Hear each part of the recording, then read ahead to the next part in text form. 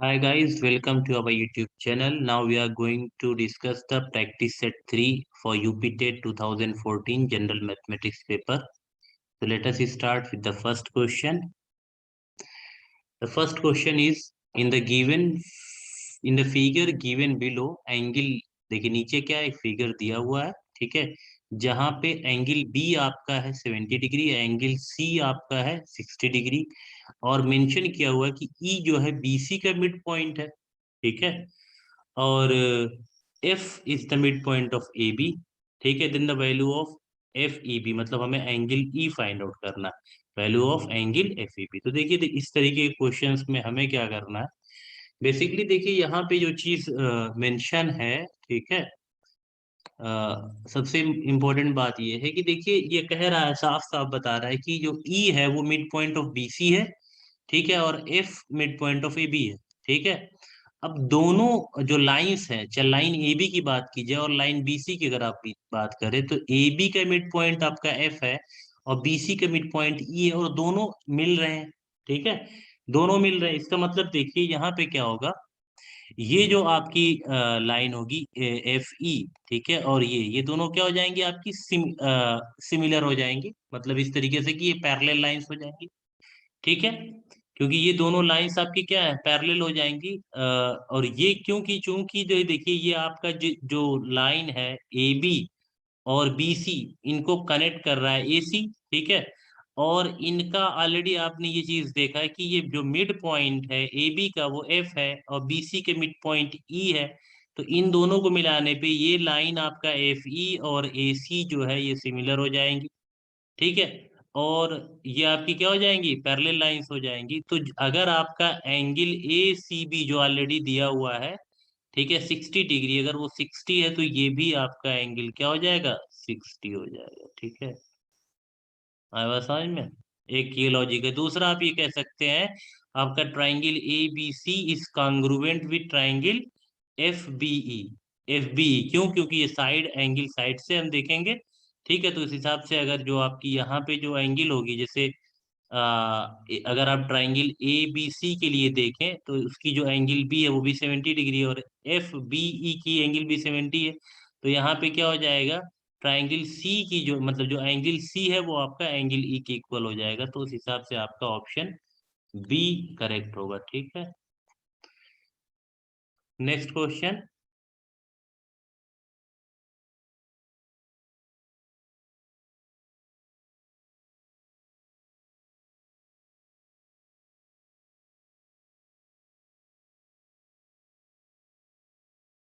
हाँ देखिए ये सेकंड क्वेश्चन हमारा है, द वैल्यू ऑफ आपका देखिए दिया हुआ है और -2 है, उसके बाद सबके पावर्स दिए हुए। तो आप जानते हैं इस तरीके के क्वेश्चंस में अगर कोई भी क्वेश्चन है, एक्स की पावर एम है, फिर उसकी पावर एन है, फिर उसकी पावर ओ है, तो ये क्या है, पावर आपस में क्या हो जाते हैं, ये क्या हो जाएगा, एक्स की पावर एम एन ओ हो जाएगा, मतलब पावर आपस में मल्टीप्लाई हो जाएंगे। तो इस क्वेश्चन में भी देखिए, इस क्वेश्चन में भी पावर क्या हो जाएंगे, इस क्वेश्चन में भी पावर आपके मल्टीप्लाई हो जाएंगे, ठीक है। तो ये क्या हो जाएगा, -1 इंटू -1 इंटू -1 इंटू -1, तो ये आपका क्या हो जाएगा, 1 हो जाएगा। इसका मतलब ये वैल्यू क्या हो जाएगा, -2 की पावर 1, ये आपका क्या हो जाएगा, -2। इसका मतलब पहला ऑप्शन आपका क्या हो जाएगा, करेक्ट हो जाएगा, ठीक है, फर्स्ट ऑप्शन करेक्ट हो जाएगा।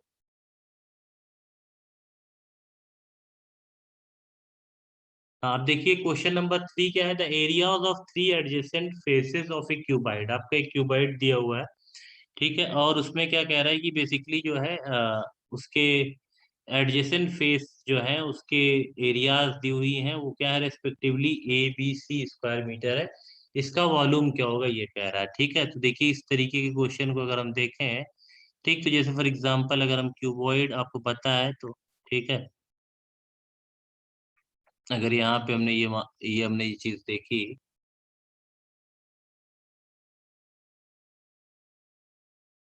हाँ, तो यहाँ पे देखिए यहाँ पे क्यूबॉइड,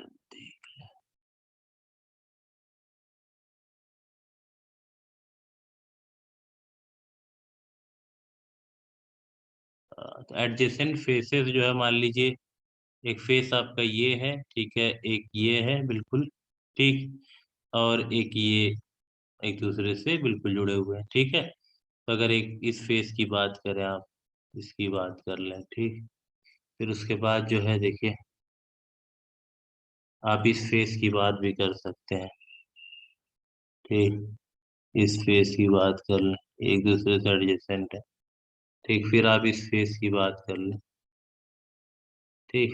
डिफरेंट फेसेस हैं, तो ये हमारे, अब ये कह रहा है ये इनकी एरियाज क्या है, तो अगर जैसे फॉर एग्जांपल ये हमने लेंथ मान लिया, ठीक है, और ये हमने ब्रेड्थ माना है, ठीक है, और ये हाइट माना है, ठीक। तो अगर हम इस फेस को देखें तो इसकी एरिया क्या हो जाएगा, इसकी एरिया एल बी हो जाएगा, ठीक है।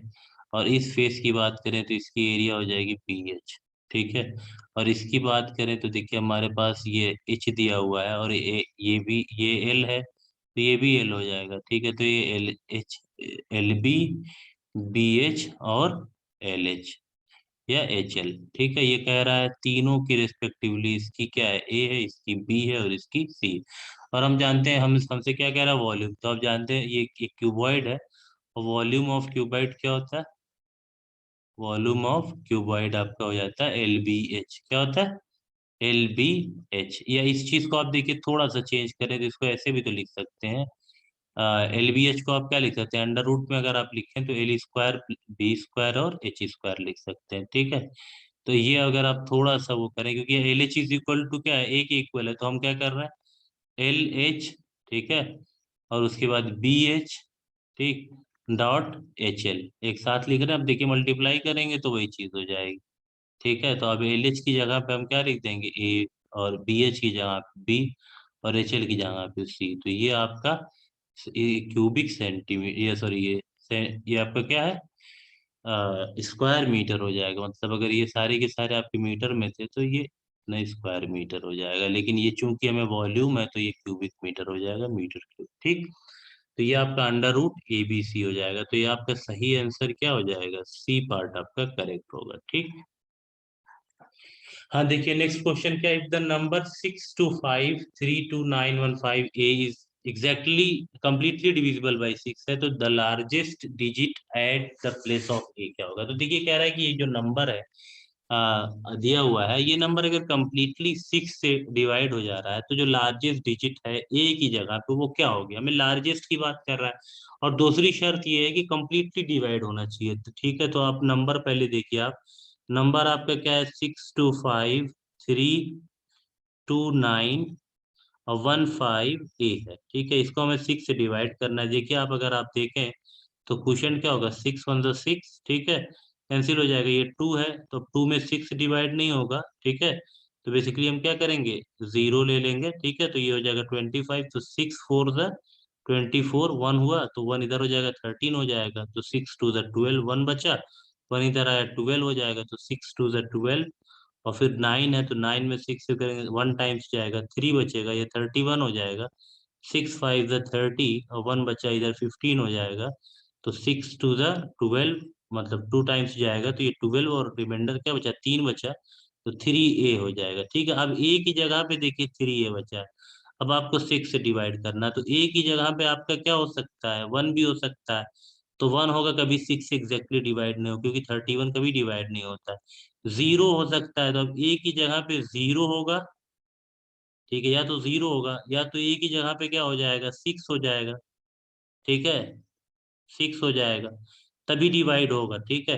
तो अब यहाँ पे मैक्सिमम नंबर क्या हो सकता है कि अगर ए की जगह पे 0 होगा तो ये 30 हो जाएगा, और 30 भी देखिए 6 से क्या होता है, एग्जैक्टली डिवाइड हो जाता है। और ए की जगह पे अगर 6 आपने रखा तभी आपका 36 हो जाएगा, और 36 भी एग्जैक्टली डिवाइड हो जाता है। तो पूछ रहा है largest digit at the place of A क्या होगा आपका, 6 हो जाएगा, तो आपका बी ऑप्शन करेक्ट हो जाएगा।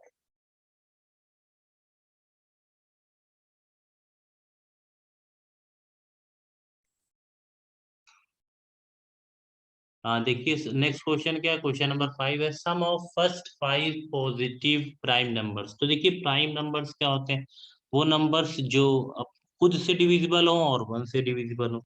तो आपके फर्स्ट 5 पॉजिटिव प्राइम नंबर्स का सम फाइंड आउट करना है। तो फर्स्ट 5 पॉजिटिव प्राइम नंबर्स क्या है, देखिए आपका 2 से स्टार्ट होगा, ठीक है, 2 से स्टार्ट हुआ तो 2, ठीक है। उसके बाद फिर आपका क्या है 3, ठीक, फिर 5, जानते हैं प्राइम नंबर्स क्या, 5, उसके बाद 7, और उसके बाद क्या होता है 11 होता है। अब इसका सम फाइंड आउट कर लीजिए आप, 2 + 3 + 5 + 7 + 11, ठीक है। तो ये आपका क्या हो जाएगा, ये आपका जो हो जाएगा 2 + 3 5 हो जाएगा, 5 + 5 10, और +17 और 17 + 11 क्या हो जाएगा 28 हो जाएगा, ठीक है। तो ये आपका थर्ड ऑप्शन, ऑप्शन सी जो है करेक्ट हो जाएगा, ठीक। तो नेक्स्ट क्वेश्चन।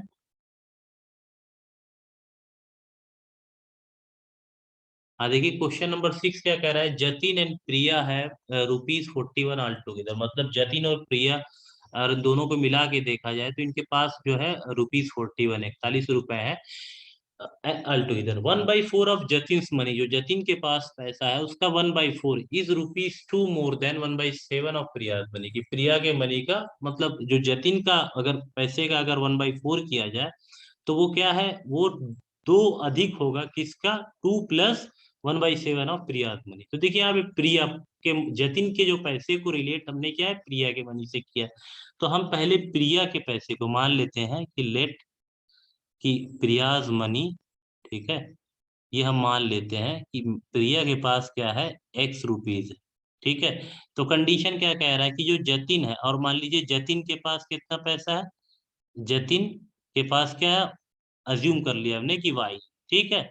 अब क्या कह रहा है देखिए कि 1/4 ऑफ जतिन्स मनी, मतलब 1/4 वाई, ये किसके इक्वल होगा, इज ₹2 मोर देन, मतलब 2 दो ज्यादा हो गया 1/7 of Priya's money, 1/7 of Priya's, Priya के पास मान लीजिए अगर एक्स है, तो ये क्या कह रहा है कि X/7 + 2, और ये किसके इक्वल है Y/4 के। तो यहाँ से हमें क्या है जतिन्स मनी का पता चल जाएगा, ये क्या हो जाएगा Y = 4x/7 + 8, ये आपका जतिन का हो गया। प्रिया का हमने एक्स माना ही है, और दोनों का मिला के क्या है, दोनों का मिला के हमें पता है कि x + y, ये हमारा क्या दिया हुआ है 41 दिया हुआ है, ठीक, पहले से सॉरी 41, ठीक है, दिया हुआ है। तो अब x हमारे पास है, x है, y की जगह पे हम क्या y की वैल्यू रख देंगे 4x/7, जो हमने कंडीशंस को जो हमने पुटअप करने के बाद मिली थी, ठीक है। तो ये अगर सम आप करें, ठीक है, तो ये अगर सिर्फ अगर आप मैं 8 की बात नहीं कर रहा हूँ तो ये आपका ऐसे हो जाएगा X + 4x/7, और ये हो जाएगा 41 - 8, ठीक है। तो x + 4x, तो ये क्या हो जाएगा 7x + 4x, मतलब क्या है 11x/7 इज इक्वल टू क्या हो जाएगा 41 में से 8 अगर आप माइनस करें तो ये आपका क्या हो जाएगा 33 हो जाएगा। तो x इज इक्वल टू हो जाएगा 33 × 7 डिवाइडेड बाई 11, 11 कैंसिल हो जाएगा 3, तो ये हो जाएगा 21, ठीक है। तो ये आपका ऑप्शन आपका थर्ड करेक्ट हो जाएगा, ठीक है, प्रिया के पास आपके 21 रुपए होंगे।